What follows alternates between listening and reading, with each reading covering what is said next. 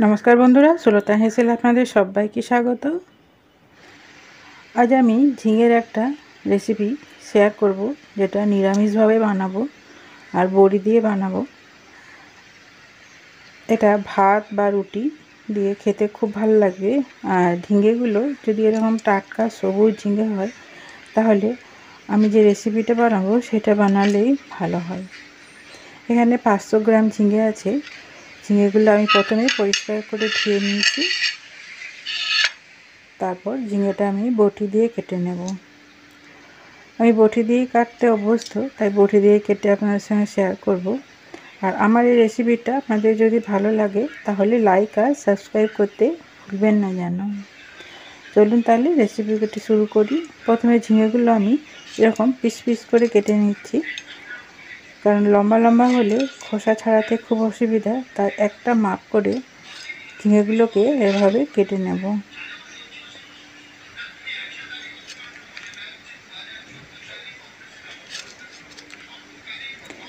झिंगेर मध्य प्रचुर परिमाणे आयरन आछे और झिंगे खूब सहजपाच्य और सुगारेर रोगीदेर झिंगे खाওয়া खूबই भालो।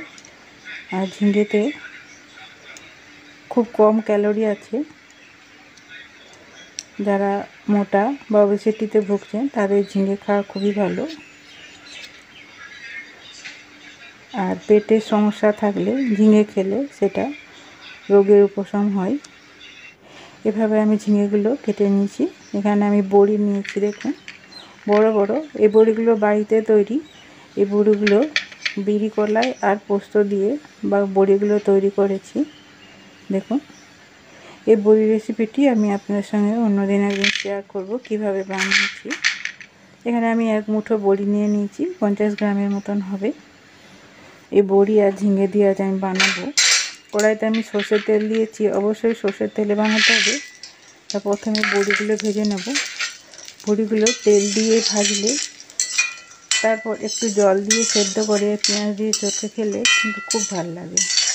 তাছাড়া ঝিঙের সাথে তরকারি করলে বা পটলের সাথে বা যে কোনো নিরামিষ দিন এই বড়িটা রান্না করলে খেতে খুব ভালো হয়।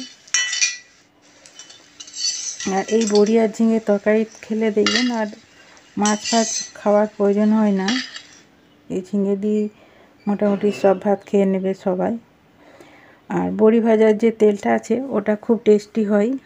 ওর মধ্যে আমি ঝিঙেটা দিয়ে দিলাম, দিয়ে ঝিঙেটাকে ভালো করে একটু কষিয়ে নেব। চাইলে ঝিঙের সাথে একটু বেসনও মাখিয়ে দেওয়া যেতে পারে। আমি বেসন মাখিয়ে ঝিঙে রেসিপি আগে শেয়ার করেছি, তা আজ আমি শুধুই বানাচ্ছি।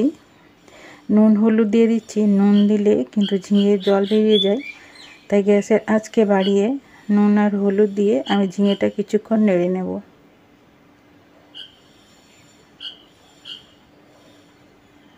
গ্যাসের আঁচে কিন্তু ফুলেই রাখতে হবে।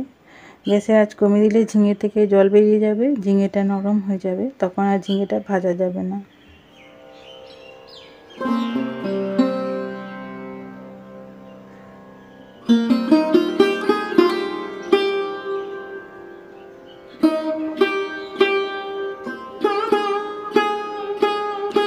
দুই থেকে 3 মিনিট সময় ধরে ঝিঙেটাকে নেড়ে দিলাম, তারপর তুলে নিচ্ছি। এতে কি হয়, ঝিঙের একটা কাঁচা গন্ধ সেটা চলে যাবে আর ঝিঙেটা খেতে ভালো লাগবে।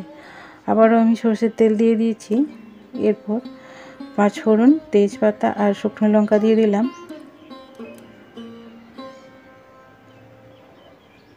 দিয়ে ফোড়ন থেকে যখন সুন্দর গন্ধ উঠতে শুরু করবে তখন এরকম লম্বা লম্বা করে কেটে রাখা 2টা মিডিয়াম সাইজের আলু আমি দিয়ে দিচ্ছি। দিয়ে আলুগুলো একটুক্ষণ ভেজে নেব।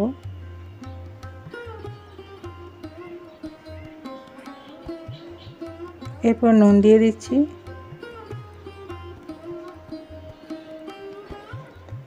আর হলুদ দিয়ে দিচ্ছি। নুন হলুদ দিয়ে আলুগুলো আমি কিছুক্ষণ ভেজে নেব। তার সাথে জিরা দিয়ে দিলাম, ধনে দিয়ে দিচ্ছি,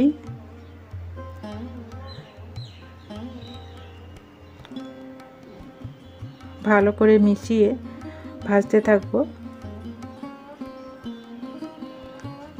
আর যেহেতু শুকনো মশলা দিলাম তাই মশলাটা যাতে পুড়ে না যায় তা একটু জল দিয়ে দিলাম। আর এখানে আমি দিয়ে দিলাম আদা আর কাঁচা লঙ্কা বাটা।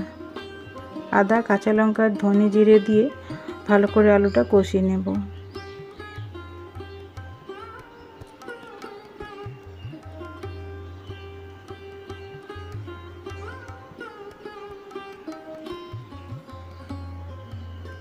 কিছুক্ষণ কষিয়ে নিয়েছি, এরপর ঝিঙেগুলো দিয়ে দিচ্ছি।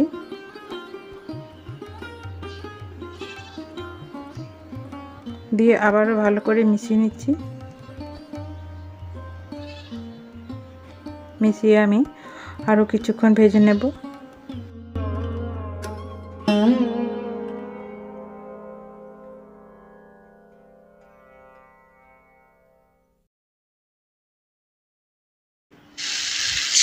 তারপর জল দিয়ে দিচ্ছি। পরিমাণ মতো জল দিয়ে দিতে হবে যাতে আলু ঝিঙে খুব ভালোভাবে সেদ্ধ হয়ে যায়।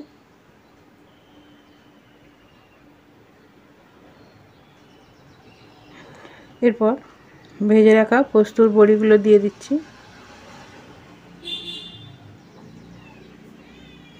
দিয়ে এটাকে আমি ঢাকা দিয়ে 5 থেকে 6 মিনিট সেদ্ধ করে নেব আলু আর ঝিঙেকে খুব ভালোভাবে।